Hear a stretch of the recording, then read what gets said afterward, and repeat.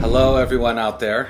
I'm Xander Alexander, and I just wanted to jump online and say a few words because I know that times are a little bit tricky right now for a lot of people. And for some people, they're downright tough.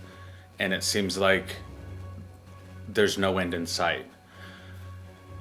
I just want to say that always know that you're not alone. I know this sounds like, oh, we've heard this before, et cetera, et cetera, et cetera.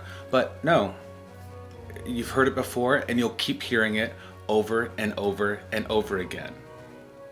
And the more you hear it, be glad. Be glad that there's somebody out there that's cares enough to tell you that it's okay not to be okay. And be glad that there's somebody out there that cares enough to then know that you're okay and wants you to be okay and let you know that you're going to be okay. And hey, that's what friends are for. That's what family's for. So, friends or family. And, what better way to try to release some tension or, loosen up than laughter. Laughter is the best medicine. So, yeah, laughter is the best medicine. And if you can't make yourself laugh, then try making somebody else laugh. Do you know how hard it is to make somebody else laugh? It's really hard. Really hard. I mean, me putting on this makeup and getting on here and doing this, that should be enough to make people laugh, you'd think, but it's not. But I never said I was a comic. I always said that I was an insult comic. Thank you, Bianca Del Rio. That's my girl. And scene. Yeah, I got that from her. So, insult comedy, that's kind of what I consider my humor to be, because if I'm not insulting you, then I'm not doing my job, and if you're not laughing, then you're not doing your job. So it's as simple as that. Holler! This is the half lip, by the way. Get into it. Get into it. Get into it. I'm just kidding. Listen. The other thing is, besides laughter being the best medicine, is not taking yourself so seriously. Who cares? I could be Mary Tyler Moore spinning around over here. Or Wonder Woman. Wonder Woman. Who cares? Woo! See? Look. Nothing happened. I went a little crazy. And I'm like, hands over here, party over there. I'm just kidding. I'm just trying to show you that there's so many people that I've talked to these days on the phone that are very, very uptight, and they're very inside of themselves, and they're not very emotive. And it's tough because these were once people who were social butterflies, right? And I would see them, and you would never think in a million years that they would have problems either making friends or keeping friends or meeting new people, and now they can barely have a phone conversation. And unfortunately, the atrophy of our social lives, that's gone that way for a lot of people. I mean, there's a statistic that said something like 29% of our friendship groups were lost during this pandemic on average, for the average person. 29% of the friends, so those people that are, out on the edge, they're not quite friends, but they're acquaintances, but when you see them out, you would hang out with them, but maybe not call them necessarily. So those friends. And it should be noted that true innovation and change, and the change for drive and innovation in your life, comes from that 29% of friends, or once in a lifetime friends, or once in a blue moon, or somebody that you met that one random time. Those friends. Those are the types of friends and friendships that you should be looking for and fostering, because they're going to give you a wholeness that you can't get by yourself. We weren't meant to do this by ourselves. So if you thrived and you've been thriving during the pandemic, that's awesome. That's great. Congratulations, and keep doing it. And guess what? Spread it around to other people. Spread that love, that joy, and the feeling that you have around to other people. Share your secret sauce. Let them know what it is that they can do on their end to feel as happy as you are, or be as fulfilled, or be as one or zen with yourself, whether you're doing sage cleansings or spiritual awakenings or religious readings. It doesn't really matter. Just know that you are not alone, and you never will be alone. Because whether it's just you by yourself, or you and your God, whatever God you may believe in, or whatever higher power you may believe in, you know what? You've always got each other. And remember to laugh and not take yourself so seriously. Remember, I can't emphasize that enough. It's like, girl, come on, laugh, smile. Hey girl, hey. Like, it's not that hard, Like, well, I mean, I know it can be hard, because like, I just lost my uncle, God rest his soul, and another friend in the pandemic. And my death toll is now reached the double digits. So I know what the pain and the loss is like during this time. But I also know what the pain and the loss is like during just throughout my life. I lost my parents when I was 16 years old. 16, I was orphaned at the age of 16 from a murder-suicide. My dad shot my mom and shot himself because she filed for a divorce. So it's like, I have been dealing with death all my life, so this isn't new to me. And that's why I wanted, if there's anything that I could do to offer up guidance or help or insight as to how I've dealt with death.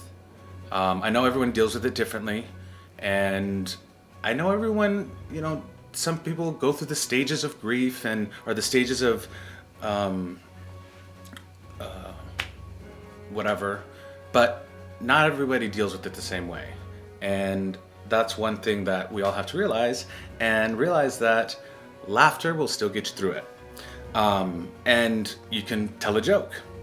Use inside jokes. Puns. Those are always great. Now, my favorite is witty sarcasm.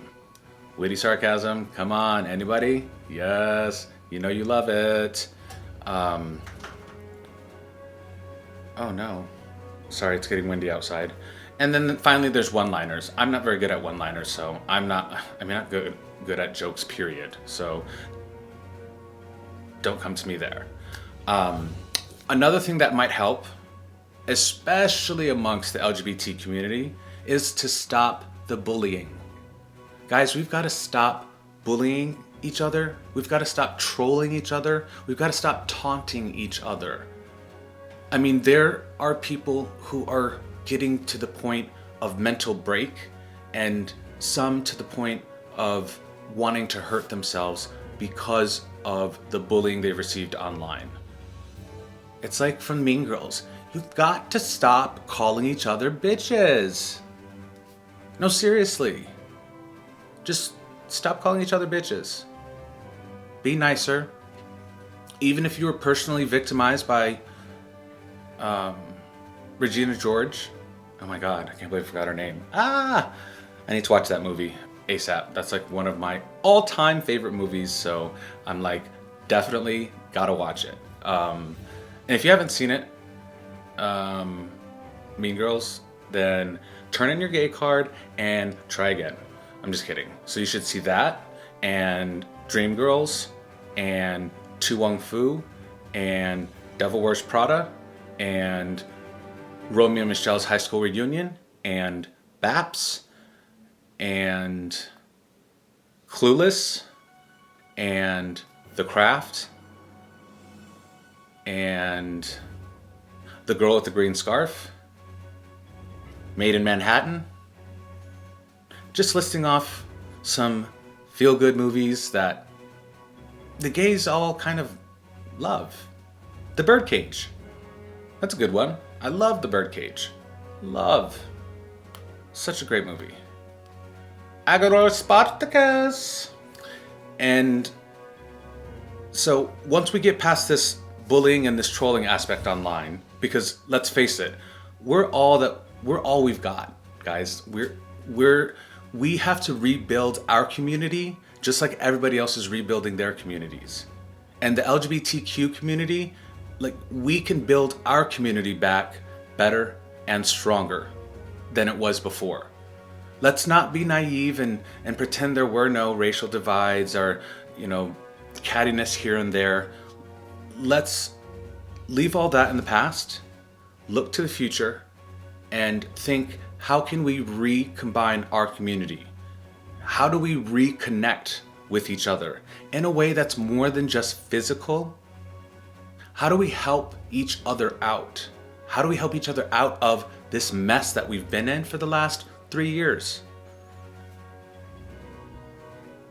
I mean,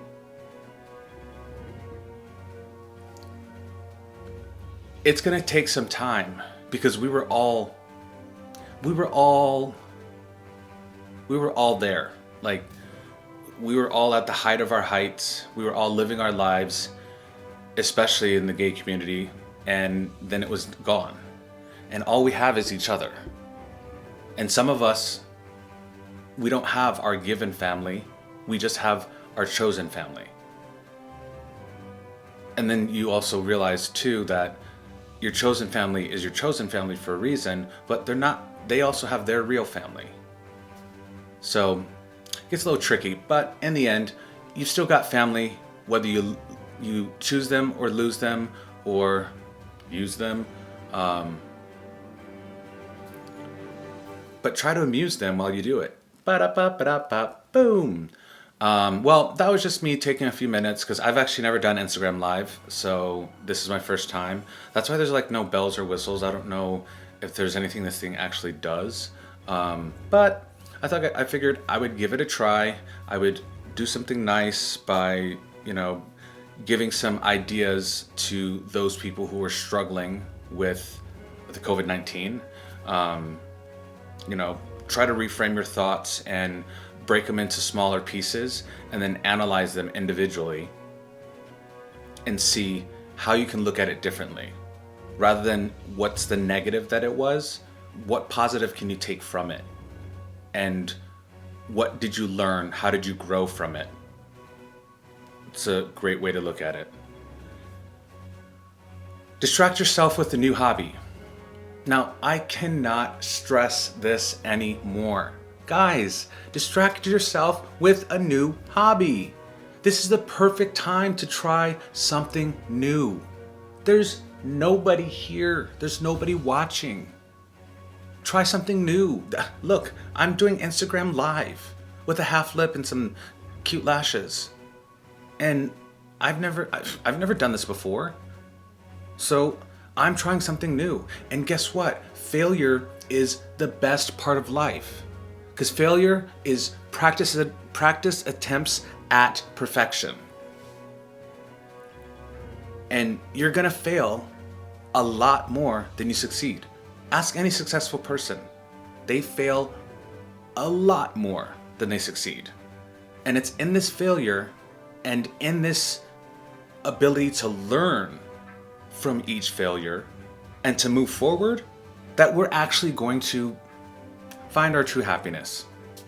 So, there you go. I tried. I don't know. Maybe I'll post, maybe I'll delete. It doesn't really matter. I don't think. Oh, hi Ryan. I haven't seen you in forever. And yeah, so if you watched, thank you for watching. And in some way, shape, or form, I'm going to be coming out with just little videos of just quick New York minute type things. I mean, this is a little bit longer. Sorry. Maybe if people are interested, just to kind of, get things going. and what?